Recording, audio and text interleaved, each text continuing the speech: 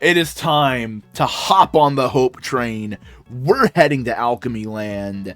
It is time for another Gather Up, Gotchard. We're talking about episode 27 of Kamen Rider Gotchard. So let's just stop with the pretenses, because we open up with Grayon in Alchemy Land, starting to enact his big evil master plan as the choo-choo train comes in, and our heroes come by to try and stop him. And he smiles and gives the whole evil scheme thing. Intro plays, and literally the crew's getting off the train, and Grayon shows up, goes like, yo, what's up, motherfuckers? Everybody goes like, hey, yo, fuck you.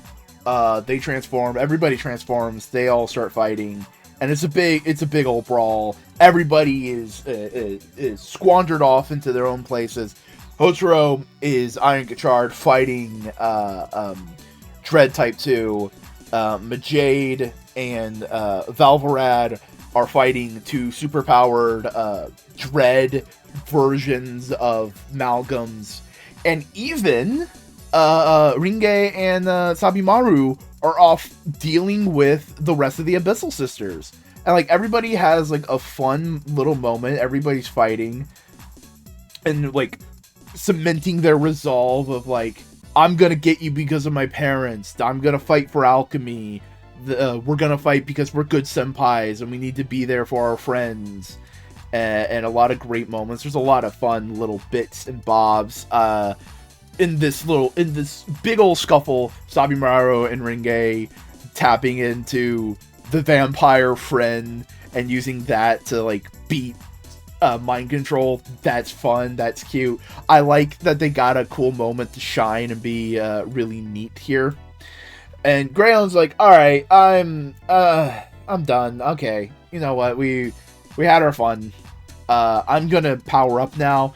He puts both of the power ups of Dread together. He is super ultra powerful. He beats everyone.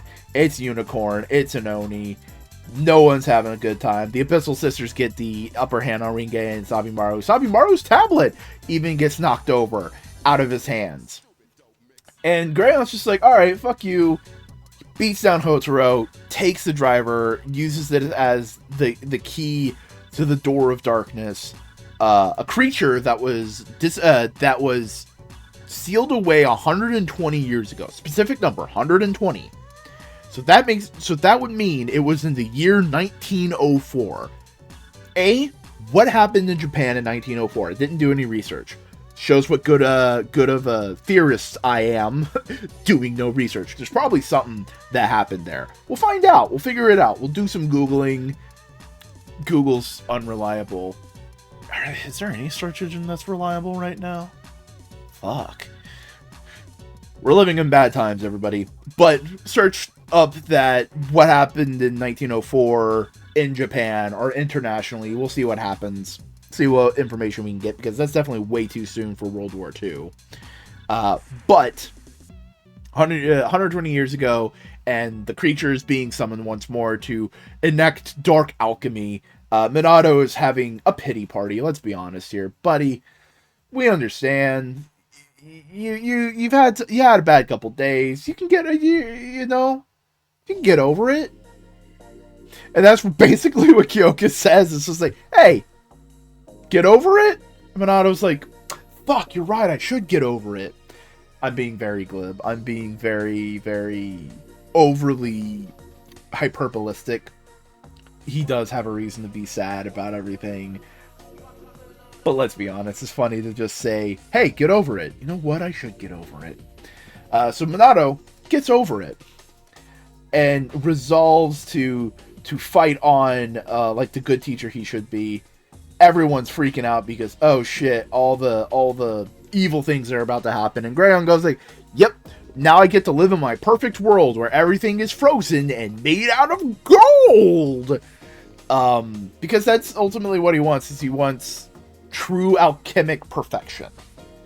And if you take away any and all morals with possibility and go at it from a very, what's the right way of describing it? It's pessimism is kind of it, but just in a purely abstract way. the ultimate goal of alchemy, as Greyon describes, is turning worthless things into gold. So in that regard, if you view everything as worthless, turning everything into gold is the ultimate purpose of alchemy. And since Greyon, nihilist, he's a nihilist, everything is useless, everything is purposeless, like there's no reason for it to exist, why don't we turn it into gold? Meanwhile, Hotaro and the crew are the opposite response of that, of everything has purpose because everything has connection and meaning and empathy. And understanding that connection builds stronger things, which is more important than anything else. You know, that's the dichotomy we have here. We have there is no value in anything, so destroy it and make what you want, versus everything has value. And you need to learn, catch, and appreciate that, and value it. One must imagine Hotaro happy. Yeah, that kind of thing. Of course, I'm an absurdist, so I always link it back to that shit. Hotaro is just not giving up, so Greyon's like, alright, I'm gonna kill you with a sword. And Minato shows up right in the nick of time and goes like, hey, bitch, I got over it, and they start having a fun little sword fight. Everybody is just, like, they're going like, okay, Hotaro, can you pull something out of your ass, because you've done it several times already. You kind of need to do it again. And Hotaro's like, yeah, okay, I got it. He runs up to Kimmy's and goes like, hey, I know you're in pain right now, and I know it sucks, and I know you're kind of just, like, lost in it. You're lost in the pain sauce. But, like, I care about you. We care about you. You're not tools to us. You're stronger than this. You are individuals. You are not just something to be taken advantage of. And all the Kimmies that we had, like, very direct storylines about start struggling against their bonds, and just really hard. Hopper 1 is able to access Sabimaru's tablet and actually talk in full sentences to Hotaro, and Hotaro's like, holy shit, Hopper? Hell yeah! Keep going! I'm proud of you! Let's do this!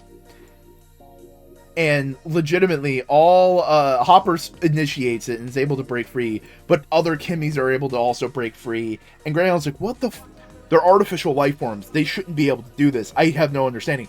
Again, he is a nihilist. He doesn't see the value in other things in this way. Like, this is his version of nihilism. I'm not saying this is the ultimate form of nihilism. But because he doesn't see the value of other things, he doesn't see how this... He's early show Spanner. You know, Spanner had a very similar mindset, but he was able to learn. Oh, we're making... Oh, shit.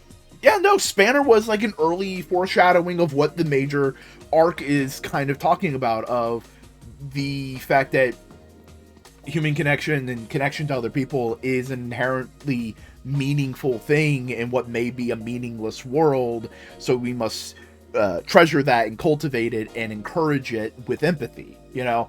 So Spanner learned that lesson, is able to do it. Greyon cannot learn that lesson because it's fundamentally counterintuitive to his worldview. So he is unable to even understand, like, how are the Kimmies able to break free? Because Hotaro believed in them, and they wanted to be free, you know?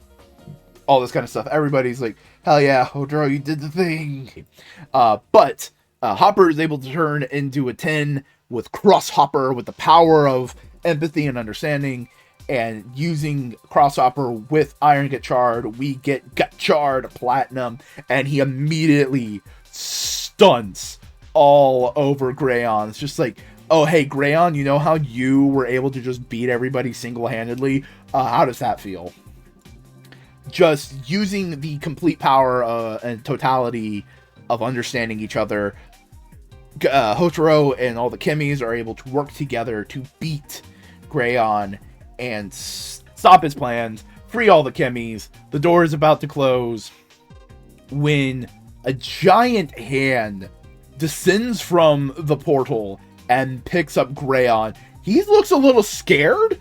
Don't know what's going on here. I don't think we're seeing the last of Greyon. I think, right now, quick theory, I think Greyon's going to fuse with whatever is in the portal thing as kind of a twisted inversion of Hotaro's whole shtick. of fusing with the Kemis through empathy. Now he's going to fuse through Diablo, no, Dorado, El Dorado. I think that's what they're calling the creature, to become like an inversion of Hotaro. Instead of Hotaro being fusing of empathy, he will be a fusion of nihilism. Everybody gets the Kemis back. The Kemis are all happy to be free once more, and everybody, it's like it's the free frame, it's the smile at the end of sitcom, and Kayaka basically goes like, "Hey, you're kind of not necessarily redeemed, but you're on the good guy side," and she's like, "I don't know." She's just like, I don't like. She helped out. She told Kayako where to go to get Minato on the right track. The other Abyssal sisters get Grayon's cube, and they have machinations of their own. Empathy has the power to save the world. And Grayon's continued lack of empathy fails him. It failed him in the fact that he pushed Latsis away. It failed him that he was not able to understand the true power and capability of the Kemis. It failed him that he has no true allies, only people that fear him. But meanwhile, empathy fundamentally helped our heroes.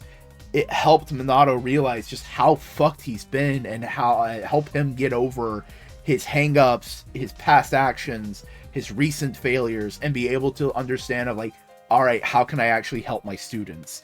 It pushed Ringe and Sabimaru to be badasses this episode, because they realized just how much they have been leaning on their juniors, and how much they want to be good senpais to them, and be someone that they can lean on, be that trustworthy place, be that rock, that be as much of a rock for them as they possibly can. Of course, we have Majade and Spanner learning the empathy that they learned from Hotaro to work with their own Kemis, and just going like, Hotaro, you are our last hope, go fucking save the day. And ultimately, the empathy Hotaro shows to the Kemis pushes them and gives them the encouragement to free themselves from their bonds and save all of themselves. And we also learn Grayon's big motivation.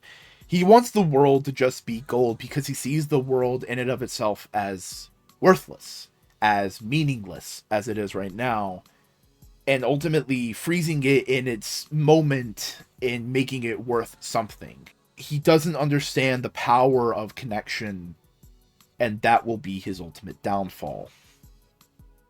This was a really good episode. It's good. It's just fun to see the heroes giving it their all and just being badasses. Everyone got a good moment. I talked about a lot of them. Ringe, Sabimaru, Spanner, and Majade also got... Rene. Majade is the hero name. Well, they were in their suits. So Valvarad and Majade had some good moments with the fights. Grayon looked like a badass villain. Hotaro had some great fight moments. The fights were just good in general. I loved Hotaro straight up stunting on Grayon.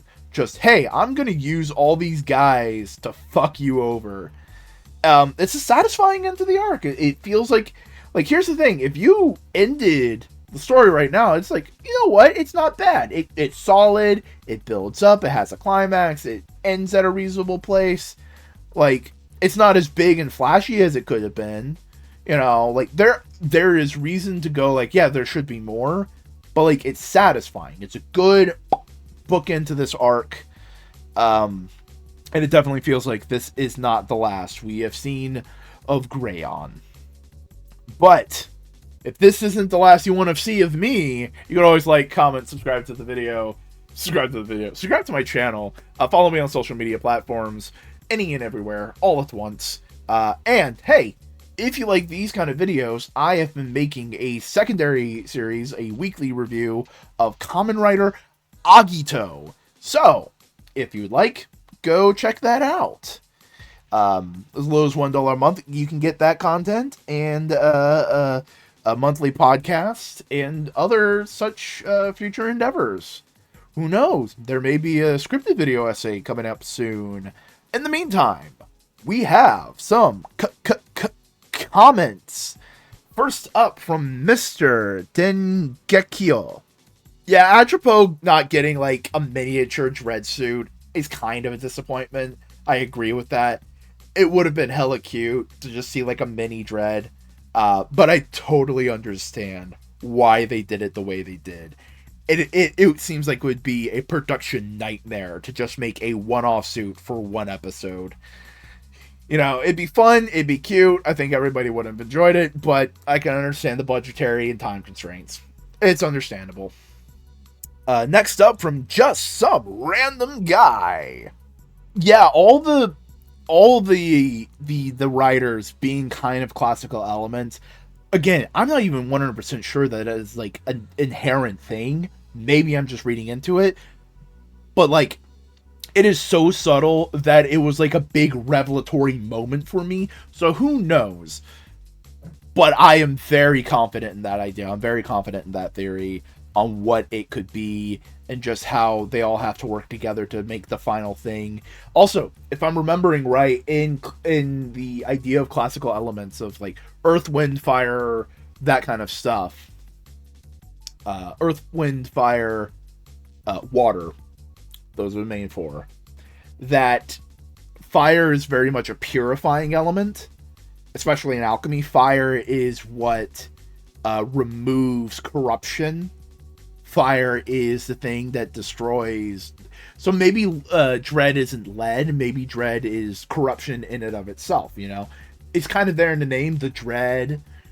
And dread is kind of like depression, all that kind of malaise of mental illness kind of stuff. Maybe dread is kind of an antithesis to empathy, and ultimately empathy is the fire that we have been shown is the creation of power within Hotaro. There's something there. There's something there. Brain blasts. You heard it here first, folks. We're figuring things out. We're uncovering all the shit in Gotchard. You know it. I know it. Here's the next comment from Permanently Paper. I understand being upset that he's called wind when he uses like black holes. I'm not saying you're upset. I'm just being more overly general. But he does use the black holes to push and pull wind, you know. And again, like I said in the last video, it may very well be like a reference to classical elements, you know, that kind of stuff, alchemical stuff, you know. And yeah, he has died and come back several times. He might as well be named Kenny. And hey, don't worry about posting shit in weird places, you know. I appreciate the comments, and I'm glad you make them. Next up from The Fish Pop. Yeah, with Ringe and Sabimura becoming much more mainstay, like they've always been main characters, but they are more directly mainstays and are seemingly going to have more impact on the story going forward. Remembering Ringe and Sabimura is probably a good idea, especially after what they did this episode, being the badasses that they were, being clever, being smart. That's really good. And yeah, 10 liner being a level 10, but not being an inherent, a natural level 10 is interesting, but I also gotta like, I wouldn't say push back against the show, but just more of like make a note, make an idea, like comment on, yeah, 10 liner is a transmuted level 10, but here's the thing, couldn't there be more inherent potential of power being transmuted instead of just being inherent, you know? Like Goku trains, but Frieza just had base level power, so Goku was able to beat Frieza, you know, that kind of thing. Akira Toriyama's been on the mind lately, as I imagine it's been for a lot of people. So, next up from Slime Beast. Yeah, Hotaro did look uncomfortable just watching others fight and not helping. He is a good bean. He just wants to help everybody and just be a good boy. But boy howdy, does this man need a week of fucking sleep. He has been going non-stop for at least 3 days now. In show. And finally, from Esconde. Yeah, Hotaro's mom is super understanding of this whole situation. And you're right, she has to know something. Especially given the fact that we still don't know what happened to Hotaro's dad. What's going on there? We gotta see what's going on with that. Yeah, keep playing with the level 10 stuff being important. Is there some kind of numerology of the importance of 10 in Japan? You know, or is there an importance of numerology of 10 in alchemy? I don't know. That's another thing. Maybe I have to look that up.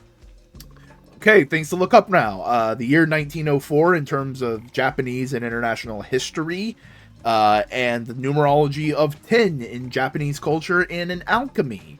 All right, keep that in mind. And yeah, with Lachus being revealed as, oh shit, we good? We good. With Lachus being revealed to be a little bit more nuanced than previously thought. I hope she gets a chance to like redeem herself, join the crew, do all that kind of stuff. I think that'd be fun. And Kamen Rider Wind has a lot going for him. It's a fun design. It's a great look. And yeah, I do think that Majade's going to use at least part of it for an upgrade later on. But if I had a nickel for every time a Kamen Rider dad used a suit that would eventually be the power-up for his daughter, I'd have 2 nickels, which isn't a lot, but it's strange that it's happening twice. No, it doesn't happen twice. Subscribe to the channel, because you only need to do that once. And you can do it. Leave a like and leave a comment. I hope you enjoyed this video, and I hope you enjoy more as they come out. Till next time. Big thank you to my Patreon supporters, Esconde and Scott Firestein.